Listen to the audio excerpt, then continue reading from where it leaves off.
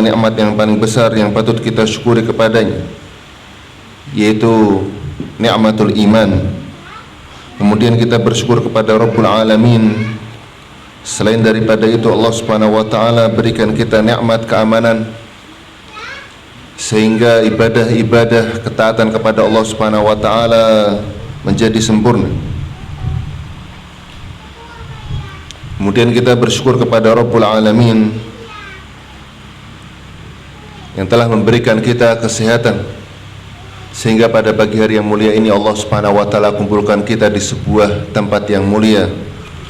Maka kita memohon, berdoa, berharap kepada Allah Subhanahu wa taala agar apa yang kita lakukan pada pagi hari ini adalah amalan yang ikhlas kepada Allah Rabbul Alamin, dan semoga Allah Subhanahu wa taala jadikan apa yang akan kita lakukan pada pagi hari ini akan memberikan efek ilmu yang bermanfaat, yang akan memberikan syafaat bagi kita pada hari kiamat kelak. Hadirin dan hadirat yang dirahmati oleh Allah Subhanahu wa taala, kembali bersama kitab Matan Abi Syuja rahmatullahi alaih, dan kita sampai pada bab as-shalah, yaitu salat, yang mana pada pertemuan sebelumnya kita telah mempelajari waktu-waktu sholat, dan sekarang kita akan mempelajari subbab dari kitab sholat, yaitu subbab yang kedua. Karena subbab yang pertama berkaitan tentang waktu sholat, subbab yang kedua adalah syarat wajib sholat. Syarat wajib sholat.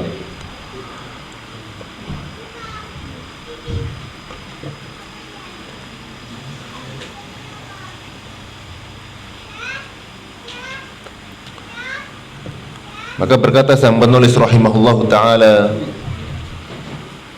qala al-imam Abu Syuja asy-Syafi'i rahimahullahu ta'ala, wa syara'itu wujubis salati thalathatu asya' al-islamu wal bulughu wal aqlu.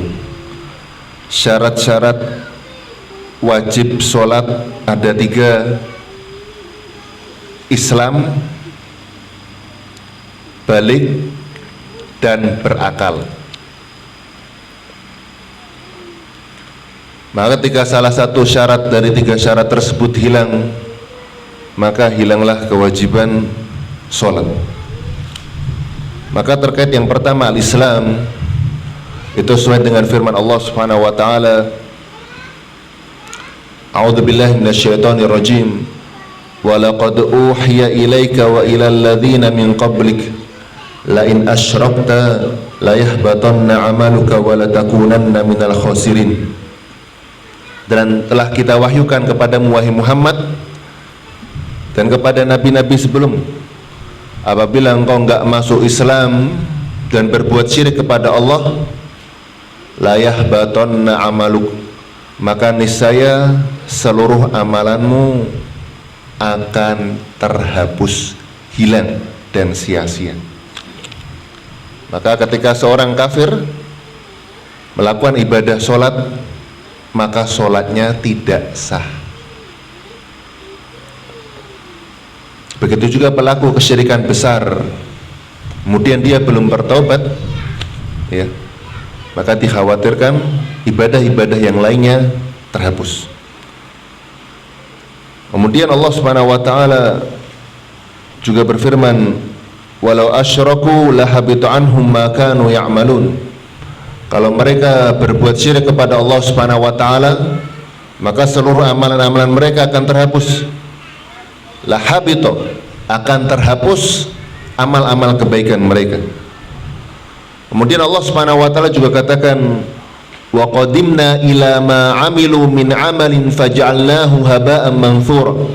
Dan pada hari kiamat kelak Allah Subhanahu wa taala tampakkan amal-amal kebaikan mereka seluruh umat manusia.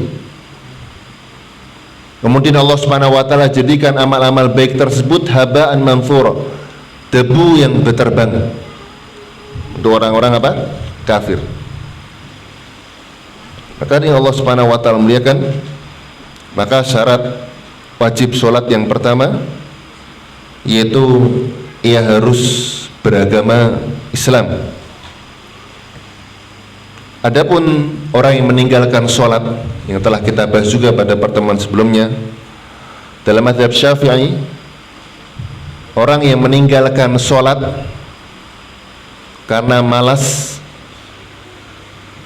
tapi tetap meyakini kewajiban sholat tersebut, fa innahu la yakfur, maka dia tidak kafir, akan tapi pelaku dosa besar.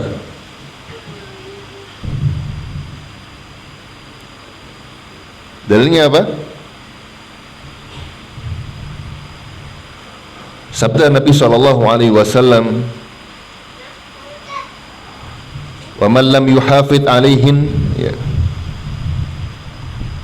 Dan barang siapa yang tidak menjaga sholat 5 waktu, fa amruhu ilallah, maka keputusan perkaranya diserahkan kepada Allah. Insya'a adzabahu wa insya'a afa anhu. Perkaranya diserahkan kepada siapa? Allah. Kalau Allah berkehendak, Allah siksa dia.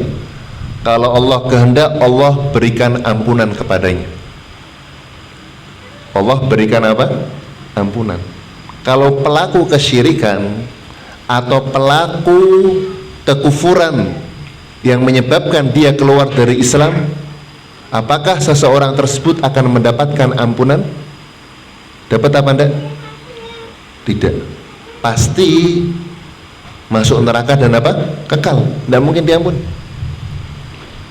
Maka sabda Nabi SAW ketika beliau mengatakan insya'a afa anhu, apabila Allah berkehendak, Allah Subhanahu wa taala akan memberikan ampunan dan maaf.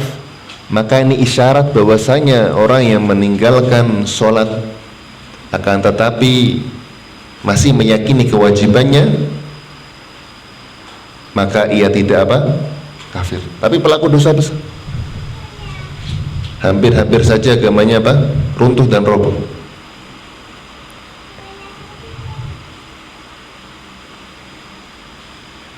Begitu juga ya sabda alaihi salatu wassalam, ya, thumma yanzuru maqamah, ya, terkait orang yang tidak menunaikan zakat. Orang yang tidak menunaikan apa? Zakat. Pada zaman Nabi pada zaman Abu Bakar radhiyallahu taala anhu, orang yang meninggalkan zakat, setelah Nabi meninggal, orang-orang dimintai zakat, mereka tidak mau bayar, karena mereka meyakini kewajibannya hanya ketika Nabi alaihi salatu wassalam hidup.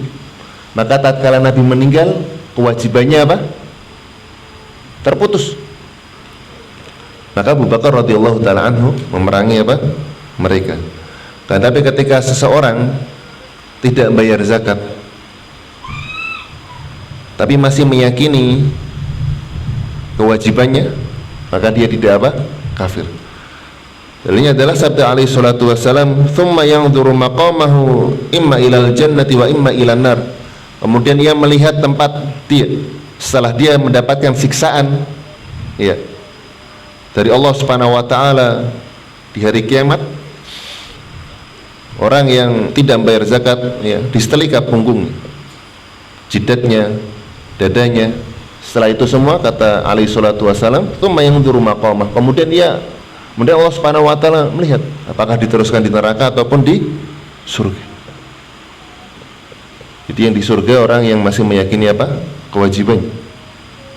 Adapun yang di neraka, maka orang yang mengingkari apa? Kewajibannya. Itu syarat yang pertama. Itu apa? Islam. Kemudian yang kedua, syarat wajib yang kedua, al-bulugh, balik.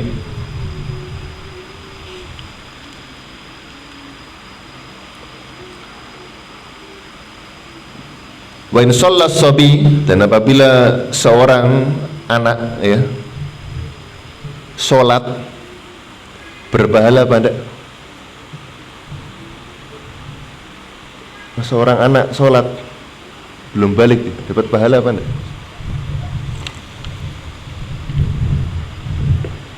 Fa'uthiba walidahu, dapat pahala bapaknya, bapak ibunya dapat apa?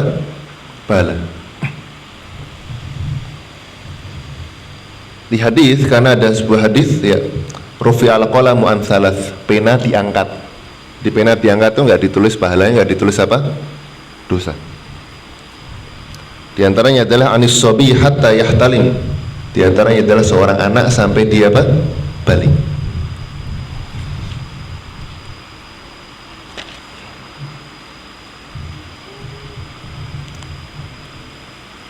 Adapun sabda Nabi SAW, muru abna'akum lis-shalah, perintahkan anak kalian untuk sholat li sab'i sinin, ketika anak tersebut berumur 7 tahun, wadribuhum 'alaiha li 'ashrin, dan pukullah dengan pukulan yang tidak membuat luka ataupun cedera fisik, ya, pukulan yang lembut.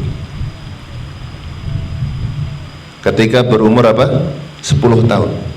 Maka itu tidak menunjukkan sholat itu wajib bagi sang anak, akan tapi katadrib, akan tapi sebagai sebuah pelatihan, latihan bagi dirinya untuk menerima sebuah kewajiban yang akan datang pada dirinya ketika ia sudah berusia apa? Balik. Nah, kewajiban orang tua yudarrib, memberikan pelatihan, pembiasaan. Sama seperti anak sebelum balik, ya, maka dia dilatih apa? Puasa juga, ya. Perkenalkan ibadah puasa. Oleh karena itu, la haraj adalah sebuah hal yang bagus, ya. Ketika bapak-bapak ya sholat di masjid, ngajak anak-anaknya. Ngajak siapa? Anak-anaknya. Ada beberapa kalangan para ulama ya melarang anak-anak ke masjid, dikhawatirkan karena adanya apa? Najis. Tapi ini kurang tepat, Allah Ta'ala alam. Anak-anak tetap apa? Diajak ke masjid. Dalilnya adalah Rasulullah SAW pernah suatu ketika sholat di masjid, wa ma'hul Hasan, dan bersama dia ada Hasan. Ketika sholat, ya, namanya anak kecil ya kan, lari sana lari sini. Ketika itu sama Nabi SAW ya lindotan. Tatkala Nabi SAW sujud, tuh anak tuh nangkring di apa lehernya, nangkring di lehernya. Wah, ini kalau misalkan bangun dari sujud ya bisa jatuh. Maka sujudnya Nabi SAW lama, ya lama. Sampai si anak ini turun dari apa? Leher Nabi SAW, baru Nabi SAW apa? Bangkit dari sujud. Maka dari situ ya, para ulama mengatakan dianjurkan bapak ya mengajak anaknya ke masjid. Jadi kalau ada lari sedikit atau jalan sedikit wajar. Kan, tapi supaya sang anak tersebut melihat ibadahnya orang tua. Ibadahnya apa? Orang tua. Karena anak itu lebih mengena pada dirinya apa yang ia lihat daripada apa yang dibicarakan kepada diri. Apa yang dia lihat, itulah yang akan dia ikuti. Namun apabila sang anak ini sudah over ya, ada beberapa anak yang diberi pengertian mengerti atau ada pelanggaran sedikit, tidak masalah, dimaafkan. Tapi ada beberapa anak yang over. Masya Allah. Nah, pernah suatu ketika ke rumah sakit ya, ada anak-anak yang over ya. Ada apa enggak? Masuk ke rumah sakit, Masya Allah, itu ada taman-taman tuh dihoyak kayu, dijatuhin semua tuh. Jadi kadang vas bunganya sampai jatuh pecah. Nah, maka anak-anak seperti ini pengecualian ya, jangan diajak, tapi tetap apa? Di rumah. Jadi kalau sampai masjid sang anak ini ya jatuhin rak-rak mushaf, dijatuhin, atau mushafnya diinjek-injek, atau mainan hal-hal yang memberikan madharat ya. Ya, maka lebih baik anak tersebut yang memiliki apa over tersebut ditaruh di rumah dulu, diberikan apa pengertian. Tapi ketika anak tersebut diberi pengertian, mau faham ya, namun ada pelanggaran-pelanggaran sedikit yang merupakan batas wajar ya, namanya anak ya, suka apa? Main. Maka tetap diajak ke masjid, tidak masalah, diajak ke masjid. Maka yang kedua ya, syarat wajib kedua apa? Al-bulugh, yaitu dewasa atau menjadi apa? Dewasa. Ima dia mimpi ya, dengan mimpi atau sampai pada umur 15 tahun. Kemudian yang ketiga, syarat wajib yang ketiga, al-aqlu, yaitu berakal.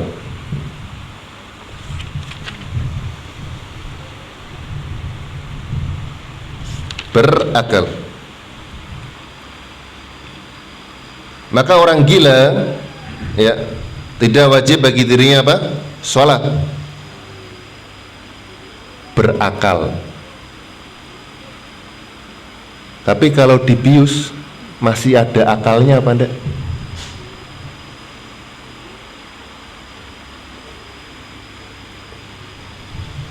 Kalau orang pingsan ya berarti hilang apa? Akal.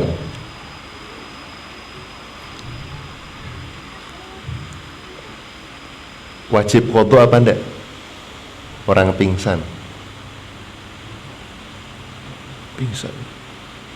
Ya.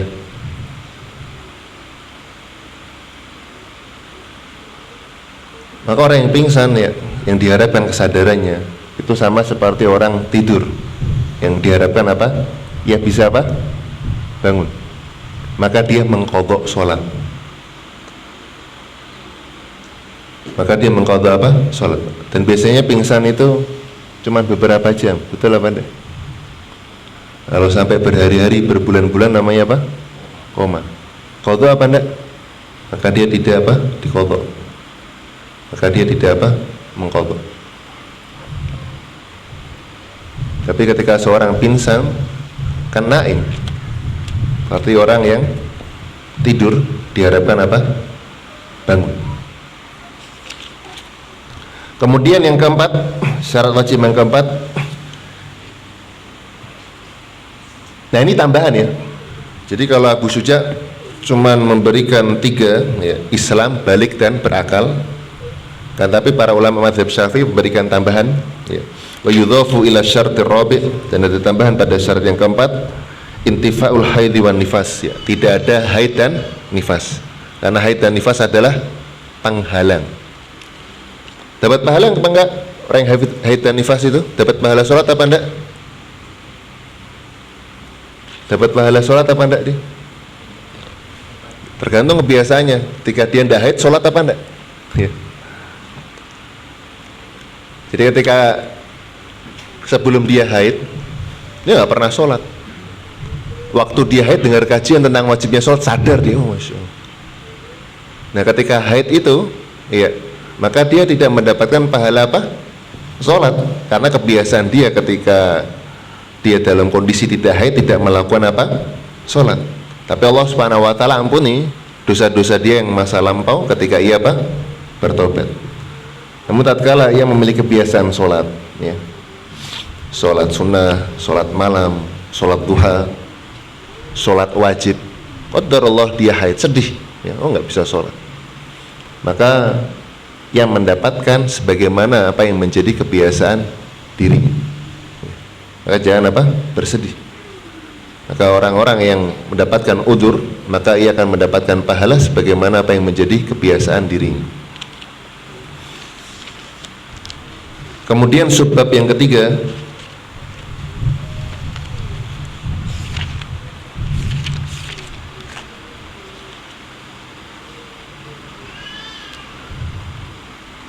as-shalawatul masnunatu khamsun.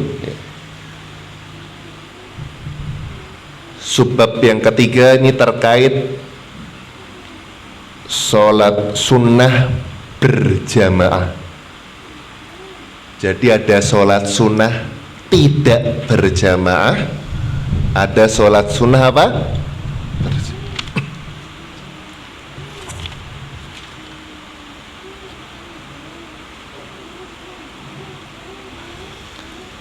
Sholat sunnah berjamaah ya, yang disyariatkan berjamaah khamsun, itu ada 5. Al-Aidan yang 2, pertama sholat Idul Fitri dan Idul Adha ya. Sholat Idul Fitri dan Idul Adha.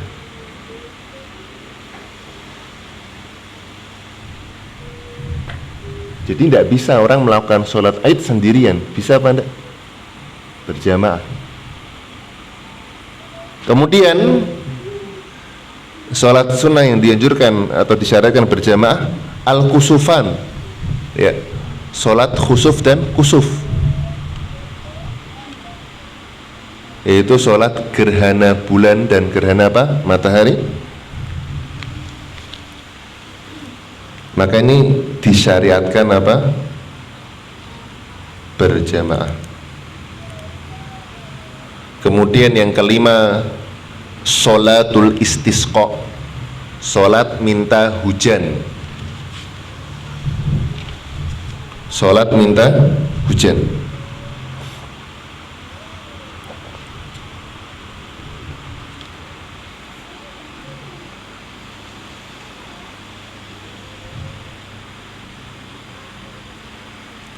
Jadi hukum sholat hari Aid wajib apa sunnah? Sunnah. Ya. Dhahabati Syafi'iyatu ila annaha sunnah. Maka mazhab Syafi'i mengatakan bahwasanya sholat Aid, Idul Fitri dan Idul Adha hukumnya apa? Sunnah. Dalilnya apa?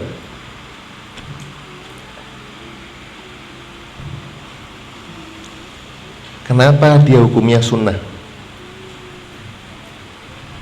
Padahal Ummu Atiyah memberitakan, kunna nu'maru, dahulu kami diperintahkan anukhrijal huyyadha wa dhawatil khudur, agar kita mengeluarkan dari rumah kita orang yang haid. Ya. Haid itu wajib sholat apa enggak? Enggak wajib. Diperintahkan untuk apa? Meninggalkan rumah dan datang ke musola. Kunna, dahulu di zaman Nabi SAW, kita diperintahkan untuk mengeluarkan, ya, wanita-wanita haid, wadzawatil khudur, dan perawan-perawan yang apa? Malu, ya, li sholatil aidain, ya, ketika ada sholat apa? Aid. Jadi hukumnya wajib apa sunnah? Kenapa? Diperintahkan. Maka hukumnya tetap sunnah. Loh, bisa.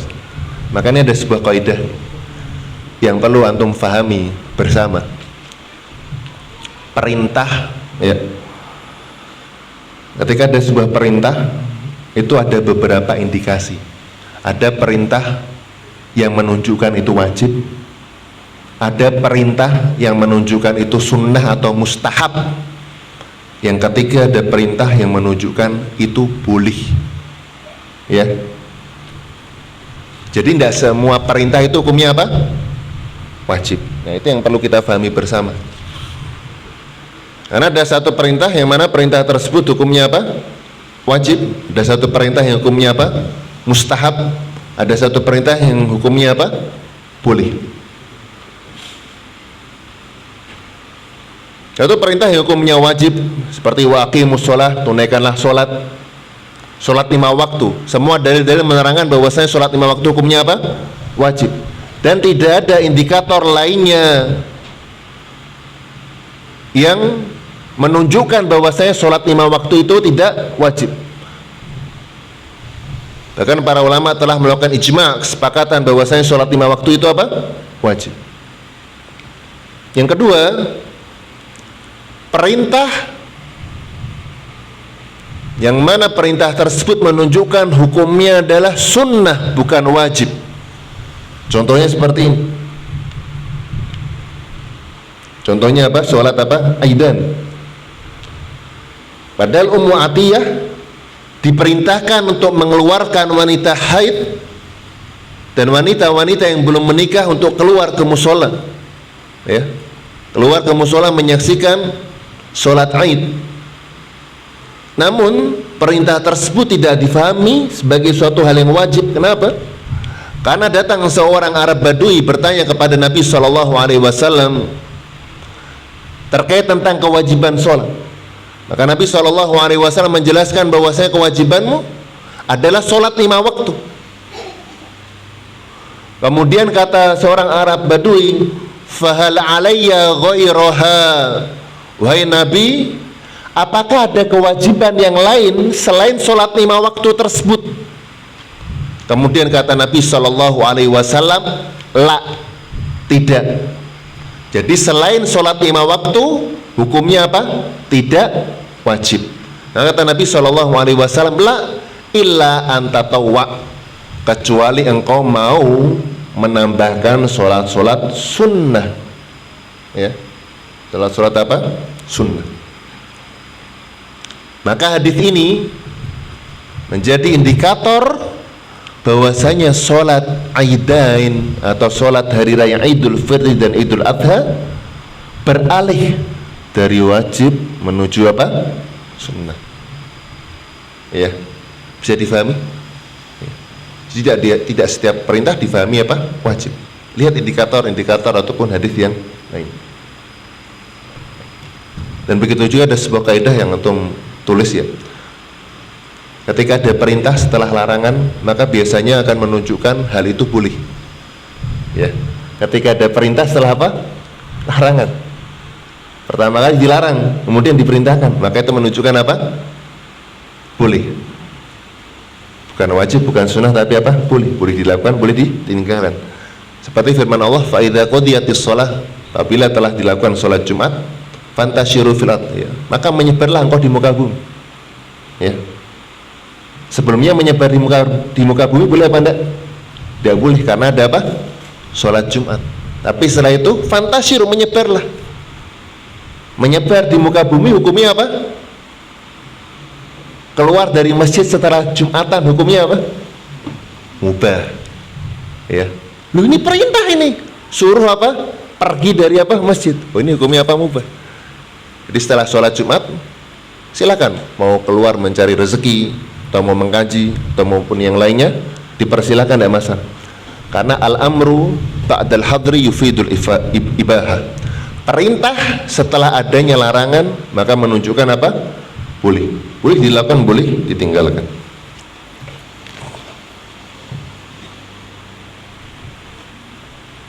Nah, kata orang Arab Badui ya, ketika tahu ya, wala alayya ghairuha, apakah ku ada wajib lain? Oh enggak, itu cukup itu. Maka kata orang Arab Badui, ya udah, saya cukupkan itu aja. Ya udah, saya cukupkan apa? Itu aja. Maka kata Nabi Shallallahu Alaihi Wasallam, aflah in sodak. Nanti dia akan beruntung kalau dia jujur dan tulus, benar-benar jaga sholat 5 waktu. Jadi kalau orang Arab Badui, ya, yang penting wajib-wajibnya aja.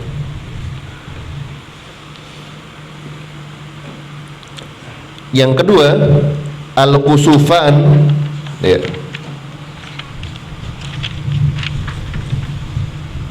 Salat gerhana bulan ataupun gerhana matahari. Di antara para ulama mengatakan salat kusuf dan khusuf itu sama, akan tapi ada yang membedakan. Ada beberapa ulama yang membedakan. Mereka mengatakan kusuf itu buat matahari, khusuf pakai kha itu buat apa? Bulan. Pakai kaf kusuf buat apa? Matahari. Pakai kha khusuf buat apa? Bulan. Ini terkait tentang waktu ya. Apabila engkau melihat gerhana fafzau ila sholah, maka segeralah kalian tunaikan apa? Sholat. Walaupun waktu tersebut adalah waktu terlarang. Ya, waktu apa? Terlarang.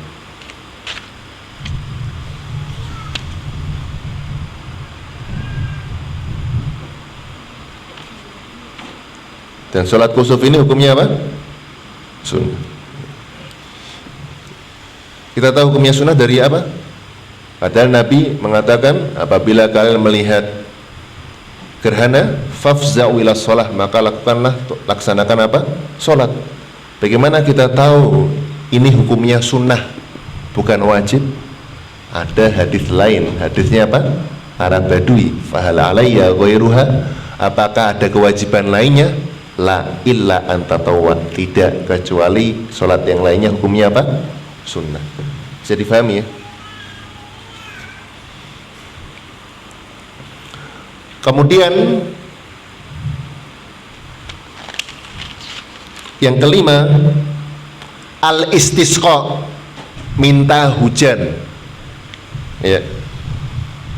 Kalau daerah kekeringan, bukan membuat sajen, ya, bukan memberikan makanan untuk minuman kepada roh-roh penunggu. Ini perbuatan syirik kepada Allah Subhanahu wa taala.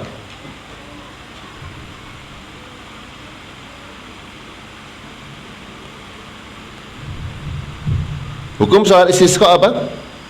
Sunnah. Dengan dalil Arab Badui, hadis Arab Badui, ya, fahal alayya ghairuha, apakah aku diwajibkan yang lainnya? Tidak. Ya. Maka yang lainnya adalah ibadah sunnah. Ada dalil bahwasanya Nabi SAW sholat apa? Istisqa. Ya. Akan tapi Allah Ta'ala alam, sampai sekarang saya belum menemukan dalil Nabi memerintahkan untuk apa? Sholat apa? Istisqa. Ya. Baik, bisa difahami ya. Itu tentang sholat sunnah yang berjamaah. Ya. 2 sholat id, 2 sholat gerhana, dan 1 sholat apa? Istisqa. Kemudian subbab yang keempat,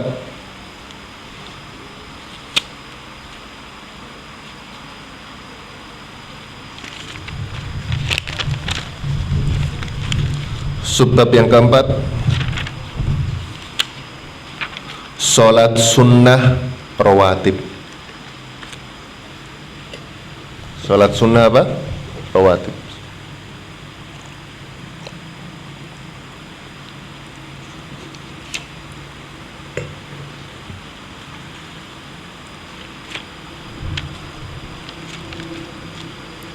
Maka berkata al-muallif rahimahullah, Abu Syuja' Asy-Syafi'i rahimahullahu ta'ala, was-sunanut tabi'atu lil fara'idhi sab'a asyrata rak'atan, dan sunnah-sunnah yang mengikuti solat faraid atau solat wajib itu ada 17 rakaat. 17, bukan 12 atau 10, nanti dijelaskan.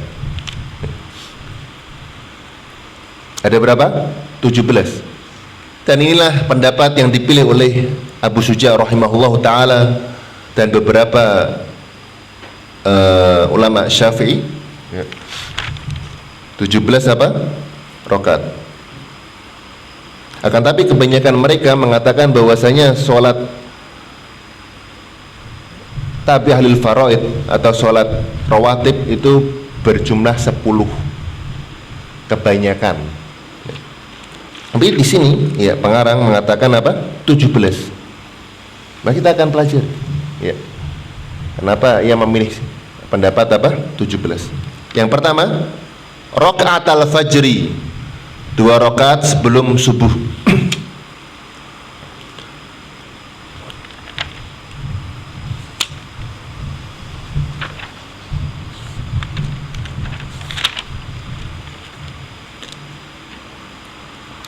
Wa arba'un qabla adh-dhuhri, 4 rakaat sebelum zuhur.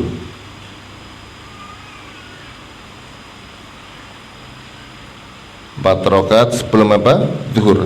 Jadi 2 rakaat salam, 2 rakaat apa? Salam. Wa rak'atani ba'daha, 2 rakaat setelah zuhur. Jadi sudah berapa rakaat? 8. Alhamdulillah, berarti tidak ngantuk ya. Jadi sudah apa? 8. Wa arba'un qabla al-asri, dan 4 rakaat sebelum sholat asar. 4 rakaat sebelum apa? Asar. Berarti berapa? 12. Wa rak'atani ba'dal maghrib, dan 2 rakaat setelah maghrib. Jadi berapa? 14 ya. Wa raka'atani ba'dal maghrib jadi 14. Wa thalathun ba'dal isya'i yutiru biwahidah minhunna, dan 3 rakaat setelah sholat apa? Isya. 2 rakaat setelah isya dan 1 rakaat witir. 1 rakaat apa? Witir.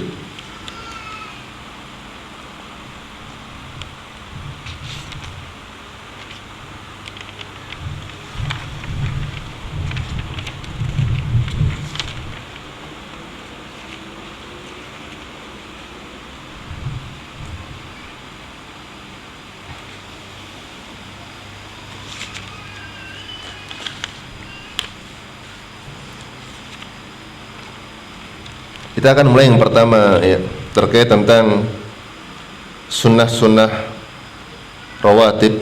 Yang pertama ya, 2 rakaat sebelum subuh ya. Dan ini dinamakan sunnatul fajri, sholat sunnah fajar ya.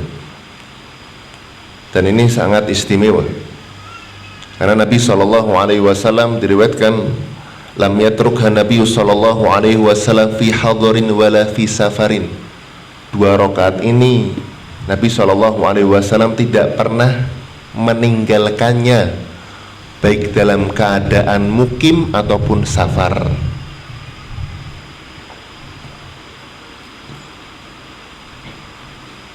Ya, jadi ada beberapa sholat sunnah yang tidak pernah ditinggalkan Nabi. Di antaranya apa? 2 rakaat sebelum subuh. Wa kadzal witru, dan begitu juga sholat witir. Nabi SAW tidak pernah meninggalkan dalam keadaan mukim ataupun safar. Ini menunjukkan pentingnya kedua sholat tersebut, yaitu sholat witir dan sholat sunnah fajar.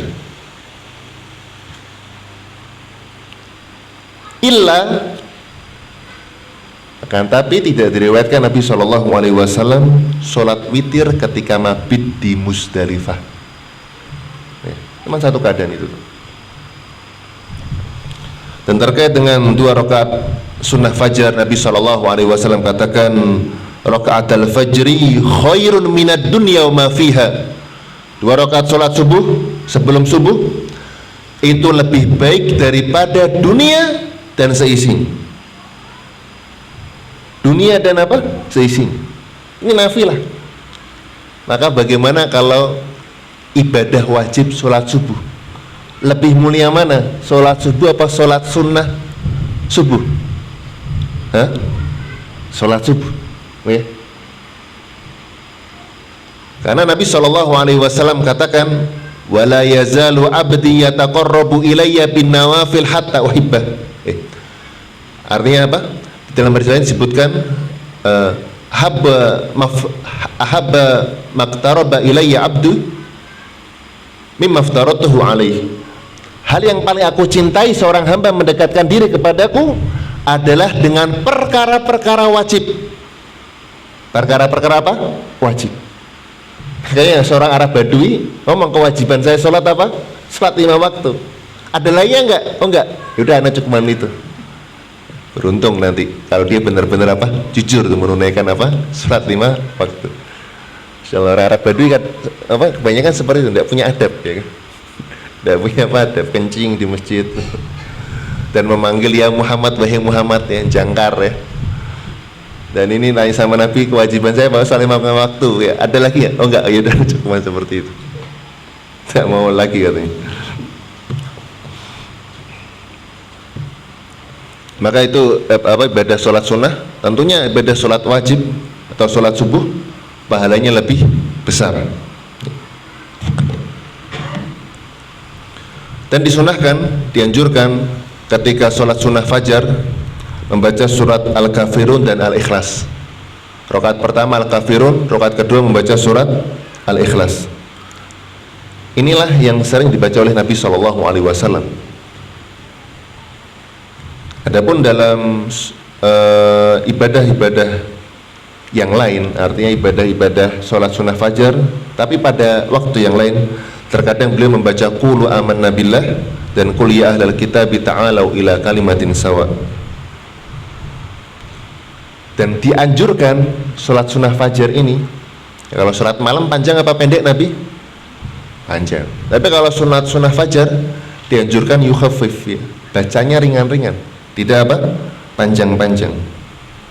Oleh karena itu Aisyah radhiyallahu anha menyebutkan kana yukhaffifu hataini raqatain. Ada Nabi SAW seringkali meringankan bacaan untuk dua rakaat ini. Bahkan sampai Aisyah mengatakan, la adri hal qara ummal kitab amla. Sampai-sampai aku tidak tahu apakah Nabi ini membaca Al-Fatihah apa enggak. Saking apa? Saking ringannya sholat, ya.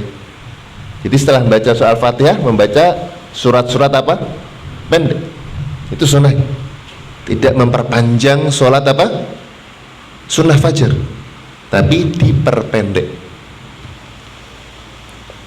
Maka tidak dianjurkan untuk memperpanjang bacaan di sholat sunnah fajar, tapi diperpendek dengan surat-surat apa? Pendek. Nah, ini ada sebuah hadis yang menarik, hadis sahih. Pernah dengar sebuah hadis yang menyebutkan Nabi dahulu ketika sholat malam selesai, kemudian sholat sunnah fajar, kemudian tidur di atas apa?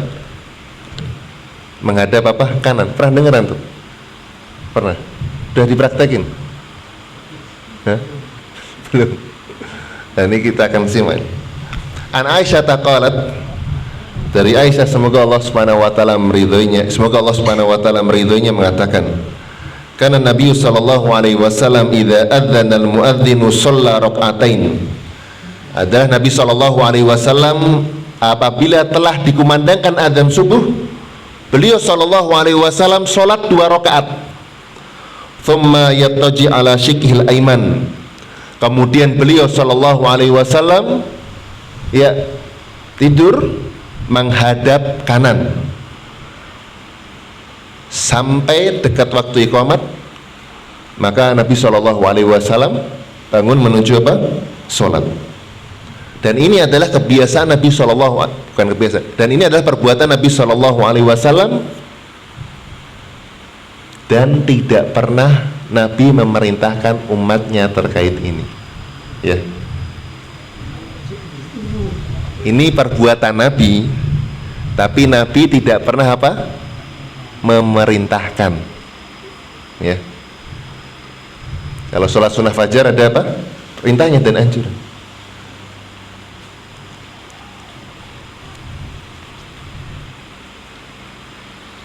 Akan tapi ada hadis yang lafadznya syad, yang lafadznya apa? Syad, ya. Idza shalla ahadukum, apabila salah seorang di antara kalian sholat 2 rakaat sunnah fajar, falyattaji, maka hendaklah dia tidur. Jadi setelah adzan subuh, sholat ya 2 rakaat subuh, kemudian ittaji, tidur menghadap apa? Kanan atau menghadap kiblat. Akan tapi ini lafadznya syad, ya.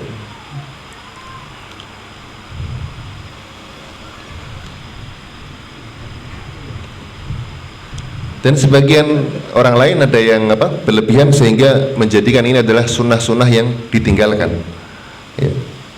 Dan orang-orang Dzahiriyah, mazhab Dzahiriyah mengatakan, ya, apabila salah seorang di antara kalian sholat 2 rakaat subuh, hendaklah dia langsung apa? Tidur, ya. Tidur menghadap apa? Kanan. Maka Dzahiriyah mengatakan, kalau orang tidak melakukan ittija, tidur menghadap kanan, sholat subuhnya tidak sah, ya. Sholat subuhnya apa? Tidak sah. Maka ini Allah Subhanahu wa taala muliakan, ya. Apa yang benar ini, ya kan? Hari ini Allah Subhanahu wa taala muliakan, ya. Ini lafaz terkait tentang perintah, ya. Perintah apabila salah seorang di antara kalian, ya, sholat 2 rakaat, hendaklah dia langsung apa? Tidur menghadap apa? Kanan. Ini lafaznya lemah. Kalau seandainya ini sahih dan ini adalah perintah,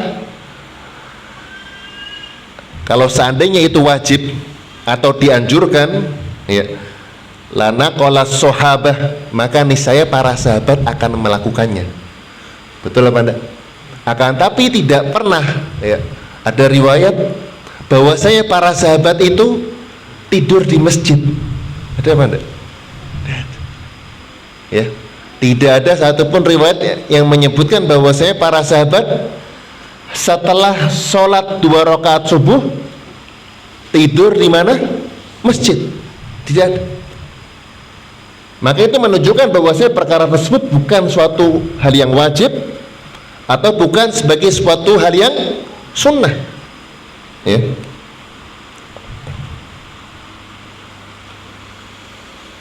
Dan hal tersebut, ya, akan menyelisihi,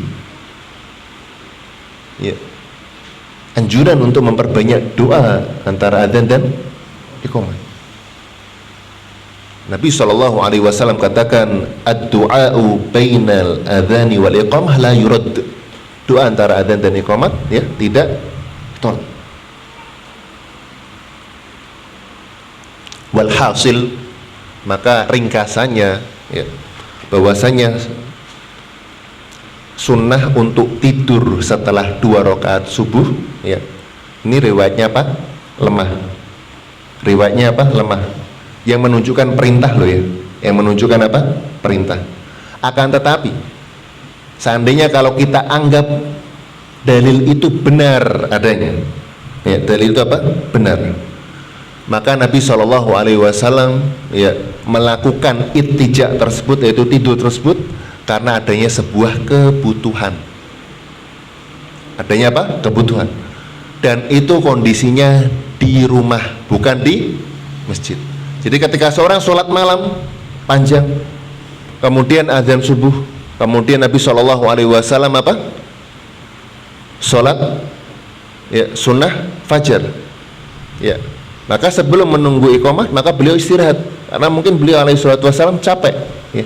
Atau ketika antum selesai sholat malam, ya, kemudian ada adzan, antum sholat 2 rakaat di rumah, kemudian pengen istirahat sebentar, maka tidak apa-apa. Ada hajat, ada apa? Kebutuhan. Dan ini harus dilakukan di rumah, tidak boleh di masjid, ya.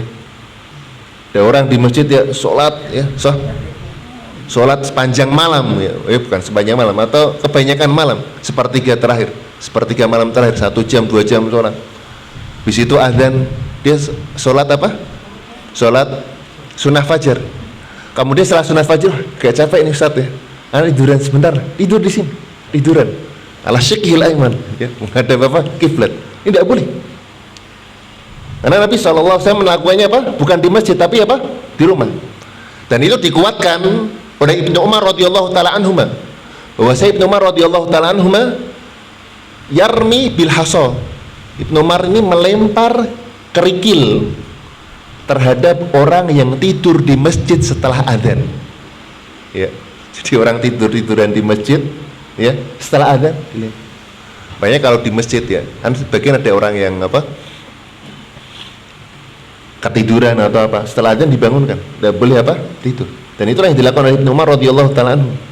Jadi beliau akan melempar, ya, dengan kerikil ataupun batu-batu kecil orang yang tidur setelah adzan subuh.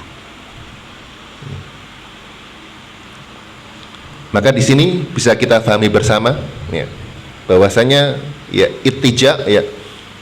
ittijaknya Nabi atau tidurnya Nabi adalah karena beliau waktu itu membutuhkan, ya. Dan itu dalam kondisi apa? Di rumah. Begitu juga dikuatkan oleh hadis Aisyah radhiyallahu anha, Nabi SAW tatkala setelah selesai sholat sunnah fajar, Nabi itu berbicara kepadaku. Kalau Nabi tidak berbicara kepadaku, nggak ngobrol, maka beliau apa? Tidur di atas bahu apa? Sisi apa? Kanan. Maka itu menunjukkan bahwasanya ittija atau apa? Tidur setelah sholat sunnah fajar itu tidak wajib. Kalau wajib maka Nabi tidak akan berbicara kepada siapa? Aisyah. Ya. Walhasil ya, itu semua ya perintah untuk tidur setelah sholat sunnah fajar ya, hadisnya lemah. Kalau seandainya itu benar, maka itu adalah untuk kebutuhan dan tidak dilakukan di masjid tapi di rumah. Hadirin Allah Subhanahu wa taala muliakan, karena keutamaan yang luar biasa dari sholat sunnah fajar ini. Lantas bagaimana kalau ada orang yang ketinggalan ya? Dia baru bangun, kemudian berwudu, sampai ke masjid sudah iqamat. Sudah iqamat. Maka orang yang kehilangan sholat sunnah fajar, apa yang dia lakukan? Ketika ke masjid, ya, dia sudah mendapati manusia sudah melakukan sholat subuh. Maka ini Allah Subhanahu wa taala muliakan, maka dia boleh mengqadha. Maka dia boleh mengqadha. Maka dia boleh mengqadha, dan itu mazhabnya Syafi'i. Mengqadhanya kapan? Setelah sholat subuh. Setelah sholat subuh waktu terlarang sholat apa enggak?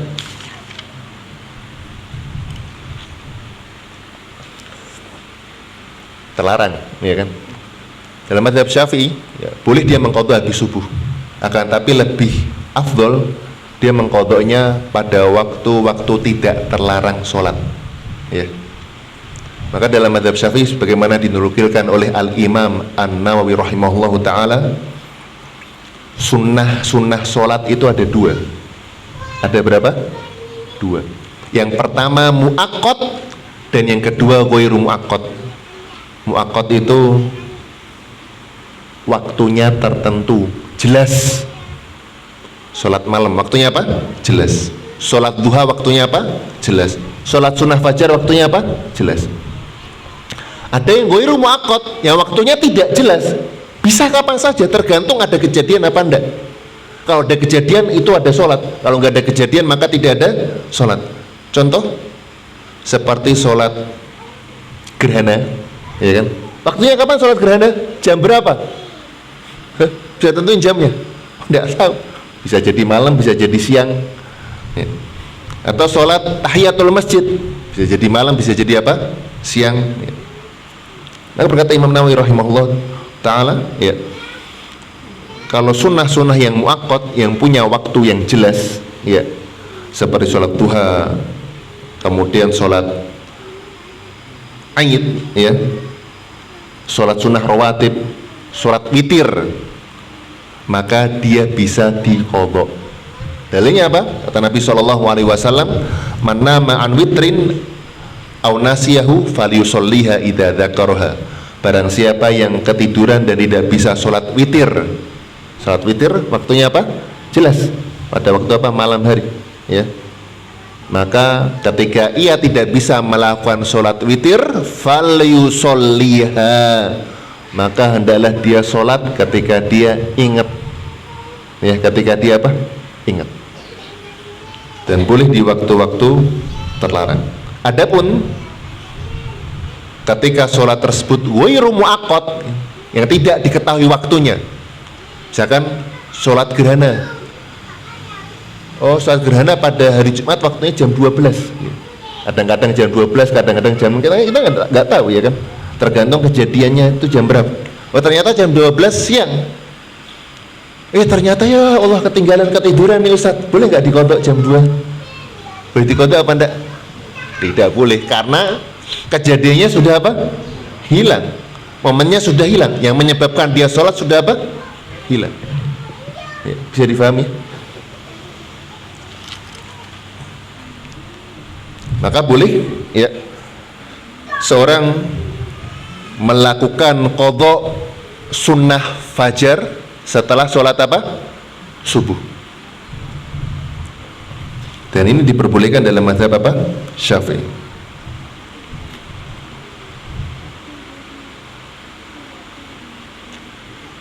Berikutnya, ketika ada orang sholat sholat sunnah fajar, sudah masuk rakaat kedua, ya, sudah masuk rakaat apa? Kedua. Kemudian sudah masuk sujud pada tahiyat pada rakaat kedua.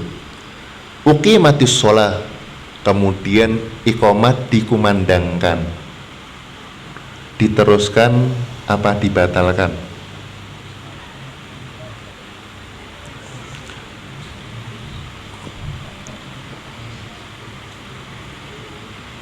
Nabi SAW katakan,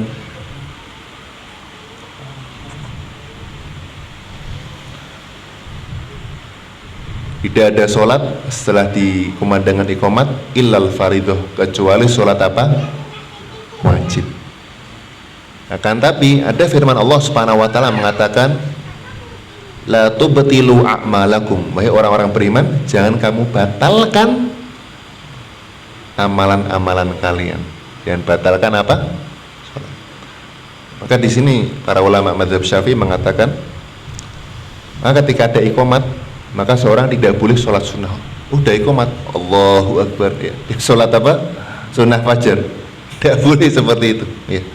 Tapi ketika dia rakaat terakhir, ya, mau selesai, udah iqamat, dibatalin apa enggak?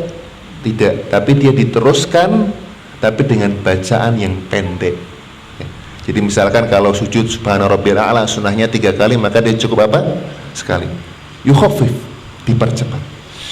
Karena Islam melarang, ya, membatalkan apa? Amalan-amalan. Maka di sini mereka mengatakan bahwasanya ketika dikumandangkan iqamat, maka tidak ada sholat sunnah. Ya, tidak ada sholat sunnah yang dimulai dari apa? Awal. Tapi kalau sudah berproses, maka disegerakan sholat tersebut dengan bacaan-bacaan yang ringan, ya. Bisa difahami, ya. Itu terkait tentang sholat sunnah fajar atau sholat sunnah apa? Subuh. Kemudian yang kedua, arba'un qabla dhuhri, 4 rakaat sebelum apa? Zuhur.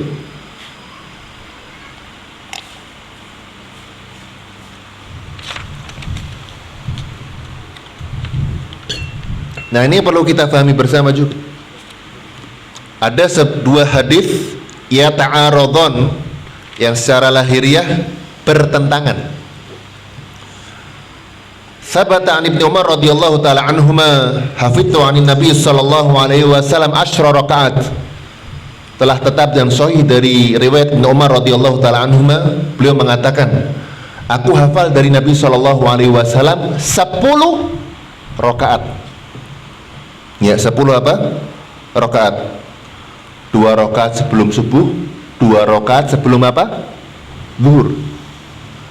Akan tapi riwayat Aisyah radhiyallahu anha, riwayat Aisyah mengatakan arba'un qabla dhuhri, 4 rakaat sebelum apa? Zuhur. Benar yang mana ya? Maka ada sebuah kaidah, apabila ada 2 nas yang saling bertentangan, apabila dimungkinkan untuk dijamak, dikumpulkan pendapat-pendapat yang bertentangan sehingga bisa diamalkan, maka itu yang lebih mulia dan lebih afdal. Dan tapi ketika ada 2 hadis yang saling bertentangan dan tidak bisa atau tidak mungkin untuk dikumpulkan ataupun disatukan, maka dilakukan tarjih, ya, dirojihkan salah satu pendapat. Maka ketika bisa untuk dikumpulkan, maka kita mengatakan bahwasanya dalam madhab Syafi'i al-qaulu bitanwi, ya, kadang-kadang Nabi sholat 2 rakaat, kadang-kadang Nabi sholat 4 rakaat. Dan inilah yang lebih afdol, ya, karena ini mengumpulkan 2 hadis yang sahih, ya.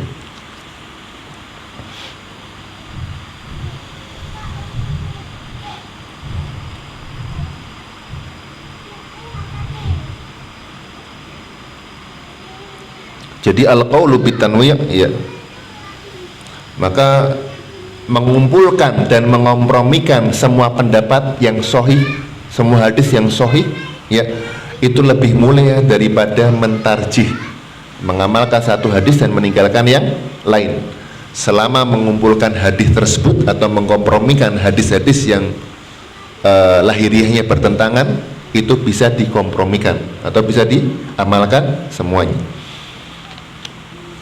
Dan kita tahu ya dari Ibnu Umar ya, bahwasanya 2 rakaat sebelum apa? 2 rakaat sebelum zuhur, dan hadis Aisyah 4 rakaat sebelum apa? Zuhur. Maka dikompromikan lebih apa? Afdol. Kadang 2 rakaat, kadang apa? 4 rakaat.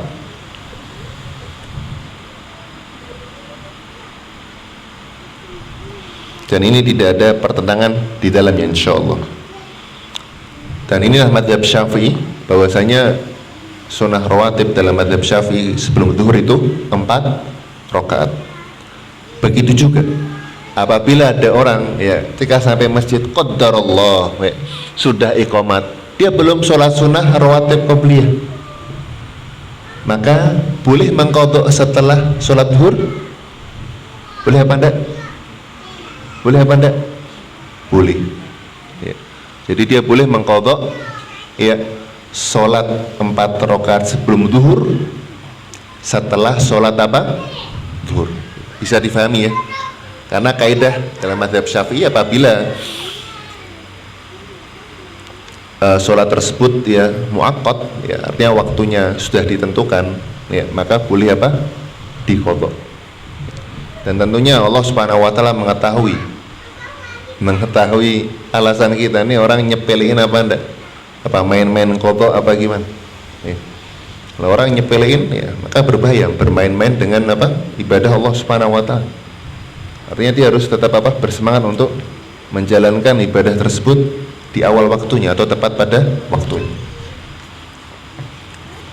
Kemudian yang ketiga, nah waktu yang terbatas ya akhi. Yang ketiga, rakaatani ba'daha ya. 2 rakaat setelah apa? Zuhur. Ya. 2 rakaat setelah apa? Zuhur.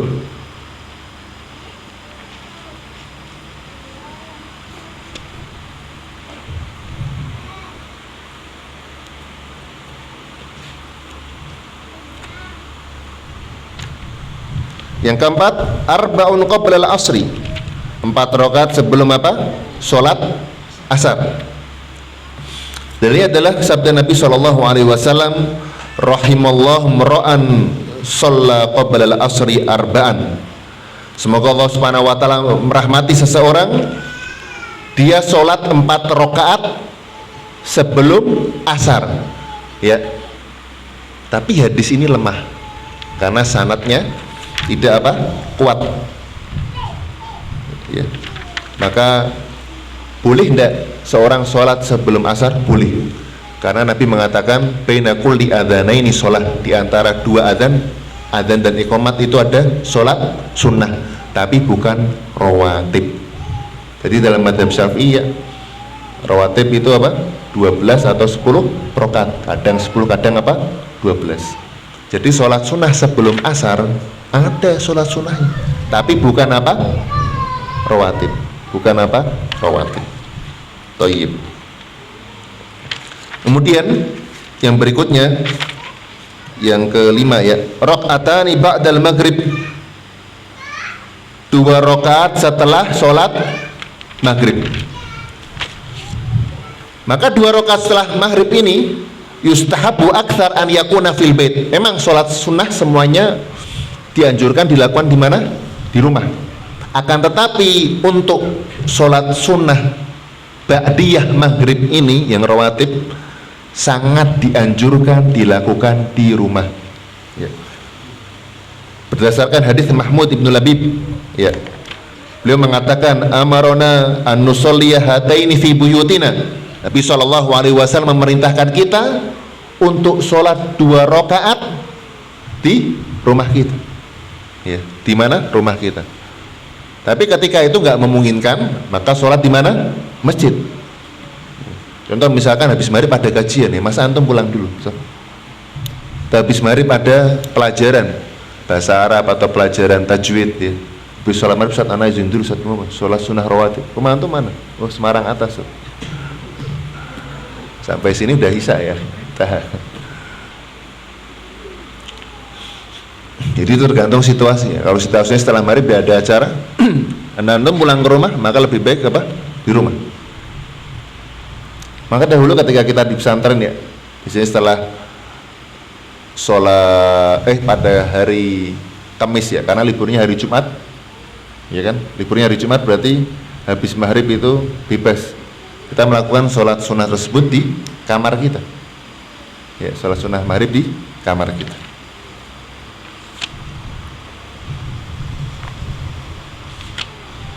Dan dianjurkan membaca surat Al-Kafirun dan Al-Ikhlas. Al-Kafirun pada rakaat pertama dan Al-Ikhlas pada rakaat yang kedua. Kemudian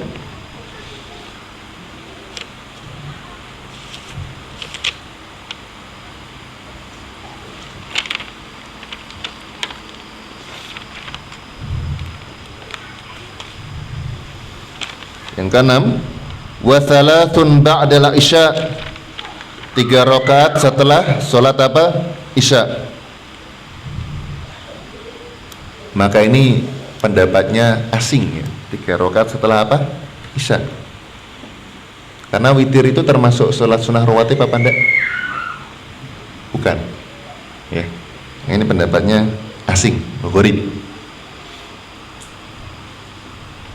Maka yang tepat adalah Allah Ta'ala alam bahwasanya rawatib setelah isya adalah 2 rakaat.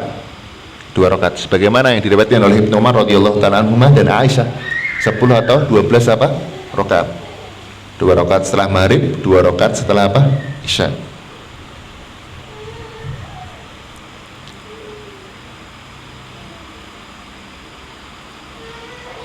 Dan apakah Nabi SAW pernah sholat witir 1 rakaat? Dan ini lam yunqal ya, belum pernah dinukilkan bahwasanya Nabi SAW sholat witir 1 rakaat. Ya. Belum dinukilkan perbuatan Nabi SAW sholat witir apa? 1 rakaat. Akan tetapi di sini pengarang mengatakan yutir biwahidah, melakukan witir berapa rakaat? 1 rakaat. Maka boleh jadi ya beliau mengatakan demikian dikarenakan jumlah witir paling sedikit berapa? 1 rakaat. Dan begitu juga ya diriwayatkan dari Ibnu Abbas radhiyallahu taala anhuma bahwasanya Muawiyah bin Abi Sufyan radhiyallahu taala anhu yutir biwahidah, beliau sholat witir 1 rakaat. Kemudian dilaporkan hal tersebut kepada Ibnu Abbas radhiyallahu taala anhu. Ibnu Abbas, inna Muawiyah sholal witra bi rakaah, bahwasanya Muawiyah sholat witir 1 rakaat. Maka kata Ibnu Abbas radhiyallahu taala anhuma, da'u fa innahu faqihun, biarkan dia, karena beliau ya, Muawiyah radhiyallahu taala anhu adalah seorang faqih, ahli apa? Fikih, yang mengetahui ya seluk-beluk tentang masalah apa? Fikih. Dan hal itu juga yang dilakukan oleh sahabat Sa'ad bin Abi Waqqas radhiyallahu taala anhu. Beliau juga pernah melakukan sholat witir 1 rakaat ya. Dan itulah sholat sunnah rawatib yang 17 ya.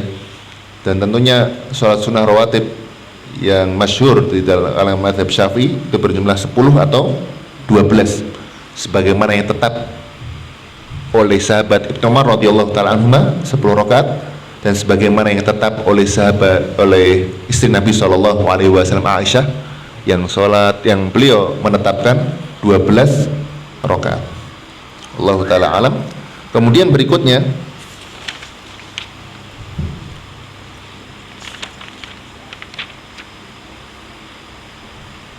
yang di sana disebutkan ya, barang siapa yang sholat 12 rakaat bunyalahu bihinna baitun fil jannah, akan dibangunkan sebuah istana di surga, akan dijaga. Jadi ketika sholat seorang hamba kurang di sholat wajib dia, maka Allah Subhanahu wa ta'ala akan melihat fin nawafil, pada sholat-sholat sunnahnya.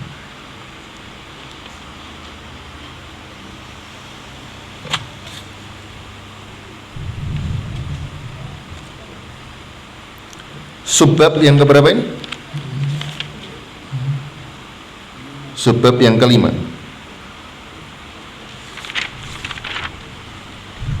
Salat sunnah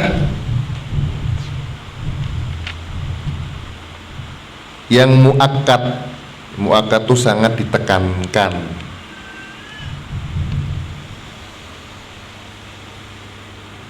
Sangat apa? Ditekankan. Dan dia bukan sholat rawatib. Bukan apa? Sholat rawatib. Rawatib kan sebelum faridoh dan setelah faridoh dinamakan apa? Rawatib.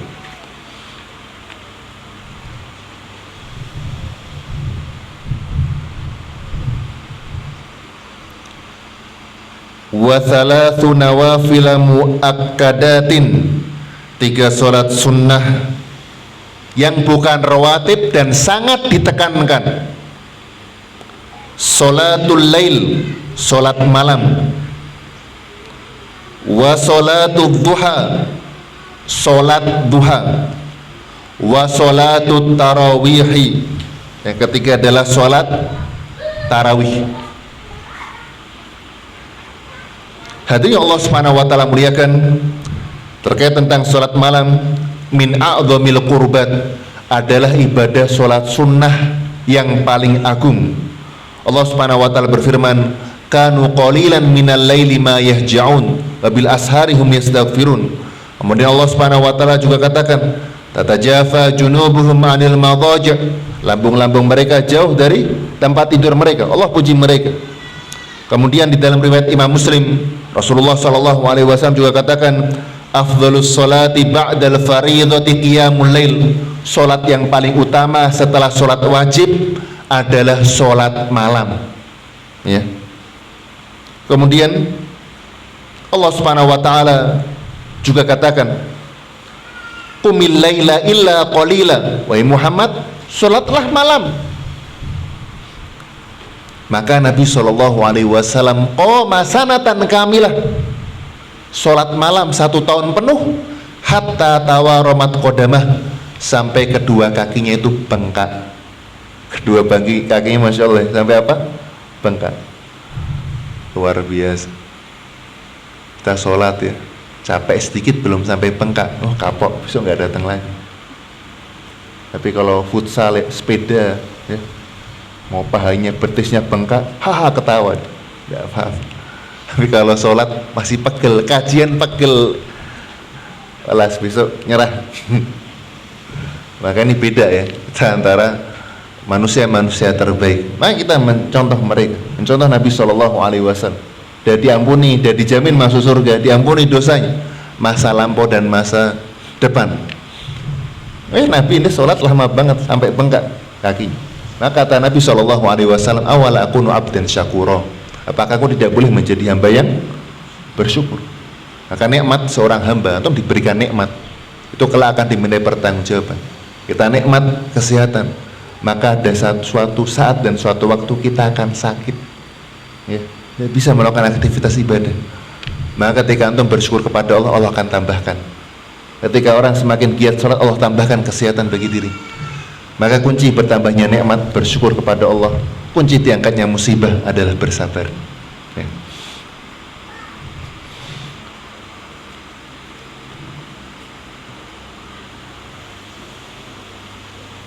Sampai kakinya apa? Bengkak. Sampai Allah Subhanahu wa taala turunkan firman-Nya, ya, setelah ayat tersebut, alima allan tuhsuhu fataba alaikum faqra'u ma tayassara minal Qur'an. Ya. Allah Subhanahu wa taala mengetahui apa yang kau lakukan wahai Muhammad, maka bacalah yang ringan-ringan, ya, ketika sholat apa? Malam. Faqra'u ma tayassara minal Qur'an. Dan Allah Subhanahu wa taala juga katakan, wa minal laili fatahajjat bihi nafilatan lak, dan pada sebagian malam engkau sholatlah sholat tahajud, asa an yab'atsaka rabbuka maqaman mahmuda, semoga Allah Subhanahu wa taala membangkitkanmu pada tempat yang terpuji. Dan tentunya orang yang sholat malam akan berbeda pada pagi harinya daripada orang-orang yang pada waktu malam hari yang bergadang atau menghabiskan waktu yang tidak bermanfaat. Oleh karena itu Allah berfirman, afaman kana mu'minan kaman kana fasiqo, apakah sama orang yang fasik berbuat dosa dan orang yang pada waktu malam hari berbuat ketaatan kepada Allah Subhanahu wa taala. Maka ini Allah Subhanahu wa taala muliakan, terkait tentang sholat malam, ya, juga dalam riwayat Hakim dikatakan alaikum biqiyamil lail, laksanakanlah sholat malam, fa innahu da'bus solihina qablakum, karena ia kebiasaan orang-orang soleh sebelum kalian, wa huwa qurbatun lakum, dan itu akan mendekatkan diri kepada Allah Subhanahu wa taala, wa mukaffiratun lisayyi'at, dan itu akan menghapuskan dosa, wa manhatun 'anil itsmi, dan mencegah seorang dari perbuatan dosa. Terkait tentang jumlah rakaatnya, berapa rakaat sih sholat malam? Ya. Maka Ibn Abdul Bar Al-Maliki beliau mengatakan la hadda li aktsari. Hukum asalnya tidak ada batasan maksimal untuk sholat apa? Malam. Ya.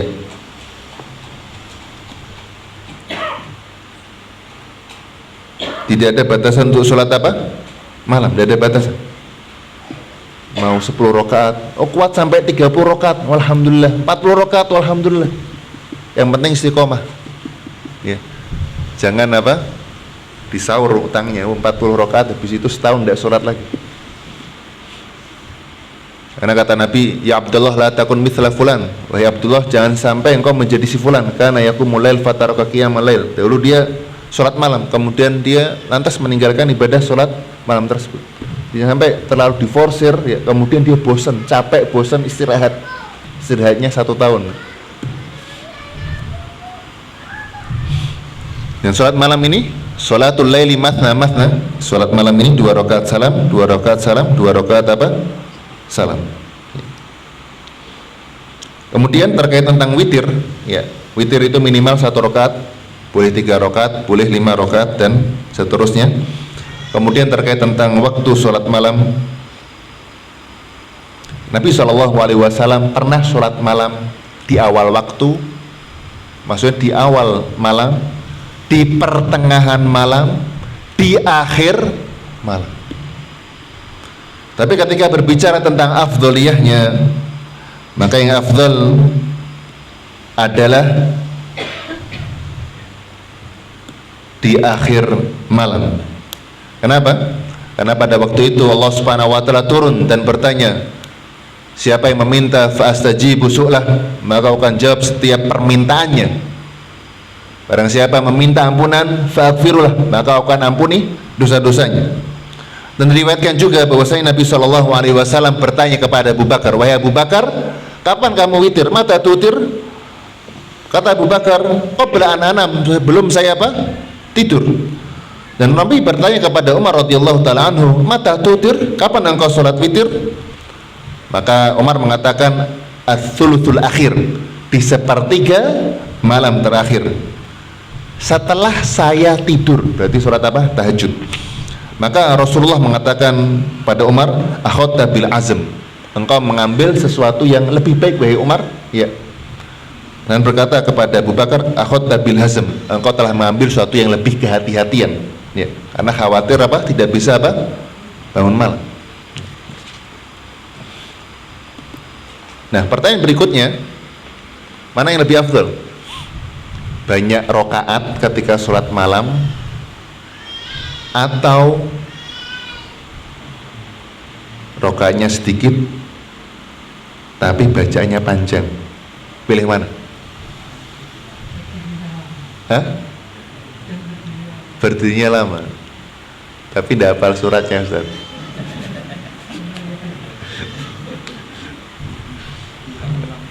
Diulang-ulang.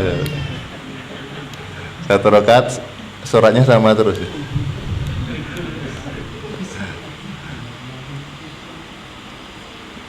Nah, di sini ya terdapat khilaf yang kuat, cukup kuat dari kalangan para ulama, ya, terkait tentang mana yang lebih afdol, ya. Apakah sholat setiap rokaat itu lama dengan jumlah rokaat yang sedikit, atau jumlah rokaatnya banyak tapi bacanya apa? Pendek. Nah, di sini ada khilaf kuat di antara para ulama. Di antara mereka ada yang mengatakan bahwasanya yang lebih tepat adalah yang bacaannya lama setiap rokaat, walaupun rokaatnya sedikit, itu lebih apa? Afdol.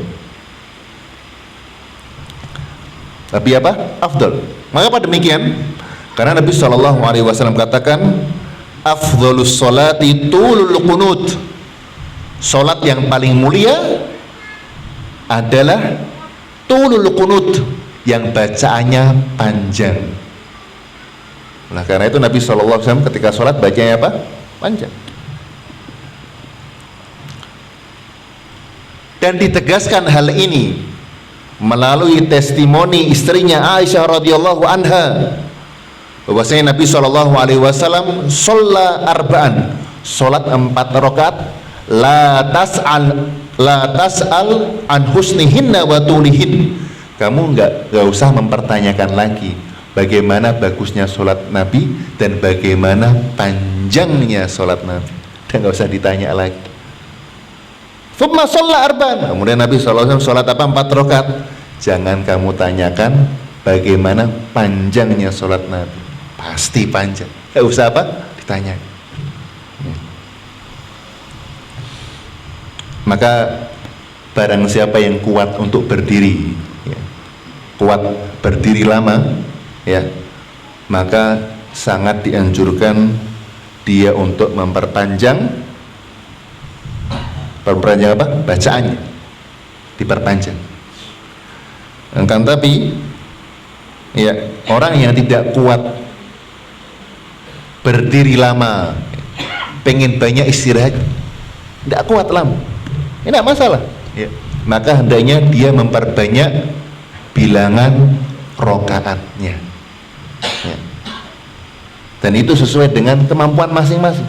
Keduanya adalah hal yang mulia. Maka karena apa? Lianna linafsika alaika hak, karena tubuh kita memiliki apa? Hak untuk apa? Istirahat. Kemampuan orang beda-beda, ya. Kemampuan orang apa? Beda-beda. Ada yang berdiri lama tidak mampu, maka diperingan berdiri. Dan Allah Subhanahu wa taala juga berfirman, la yukallifullahu nafsan illa wus'aha. Allah Subhanahu wa taala tidak membebani kecuali apa yang dia mampu. Dan begitu juga dikuatkan oleh sabda Nabi SAW ketika ada salah seorang sahabat, wahai Nabi, as'aluka murafaqataka fil jannah, aku meminta engkau untuk agar aku bisa menemanimu di surga. Engkau pengen menemani aku di surga? Kata Nabi apa? A'inni bikathrati sujud, bantulah aku dengan engkau memperbanyak apa? Sujud. Maka sujud menjadi banyak dengan banyaknya apa? Rakaat, ya.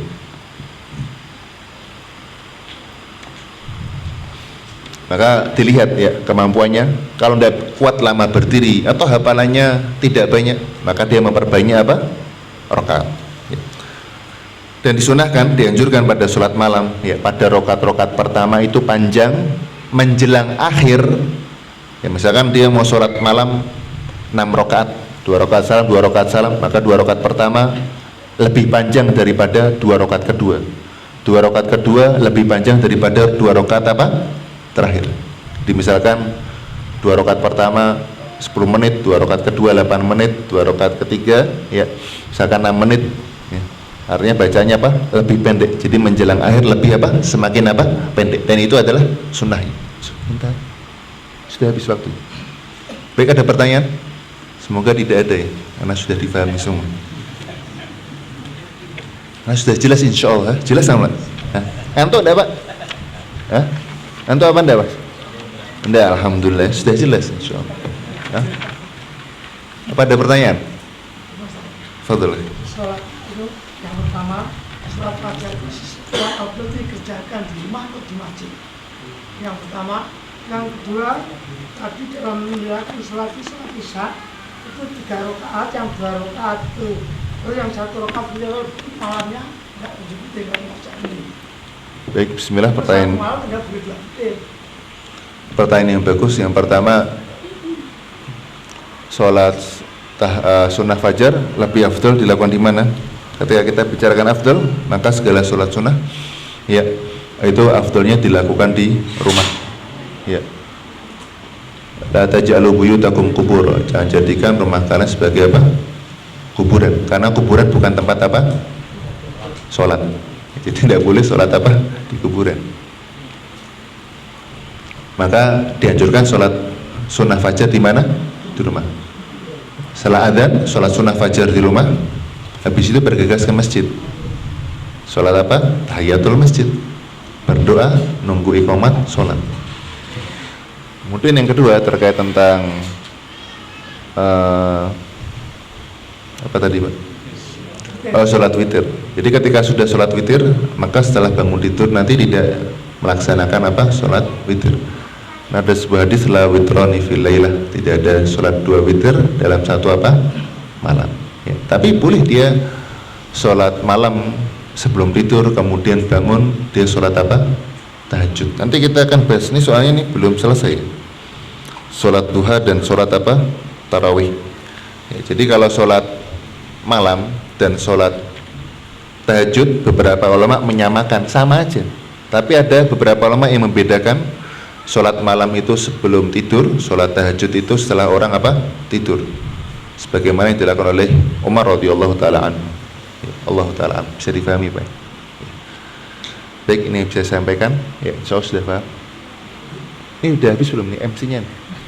Akhi Indra, intahal waqt amla. Pertanyaan apa? Sudah? Hah? Baik, satu. Salam. Beberapa kali anak sering melihat kejadian di masjid ini mungkin fenomena gitu ya, orang bekerja yang waktunya terbatas, kemudian dia ini akan melaksanakan sholat rawatib waktunya kan biasanya di masjid ada waktu yang menunjukkan iqamah. Pernah beberapa kali melihat ada seorang ikhwan yang langsung duduk, langsung berdoa. Berdoa antara ada dan iqamah, dan ada yang sholat, walaupun sholatnya nanti dia tahu tidak tuntas, tapi di tengah perjalanan dia batalkan. Mana yang lebih afdal menurut sunnah itu? Mana yang lebih afdal antara apa? Antara tadi dia langsung duduk berdoa, atau dia sholat walaupun nanti tidak tuntas dan dibatalkan di saat dia sholat apa? Rawat qobliyah, ya kan? Semampu dia. Kalau misalnya udah iqamat, dia teruskan dengan bacaan-bacaan yang ringan, sebagaimana sudah dijelaskan tadi, ya. Kalau misalkan apa, ndak sampai, ya, maka dia teruskan dengan bacaan-bacaan yang ringan. Dari subhana rabbil a'la harusnya 3 kali dibaca apa? Sekali, dan dia apa? Tuntaskan. Kemudian untuk berdoa, ya, untuk bisa berdoa nanti ketika sujud, berbanyak doa, ya, itu bisa. Tapi afdalnya seperti itu. Ya. Allah taala alam, ya. Dan itu insya Allah lebih apa? Mengambil semua kebaikan-kebaikan ketika masuk masjid, sholat, ya. Dan kita bisa berdoa ketika pertengahan apa? Sholat, ketika sujud. Baik, bisa difahami ya. Assalamualaikum warahmatullahi wabarakatuh.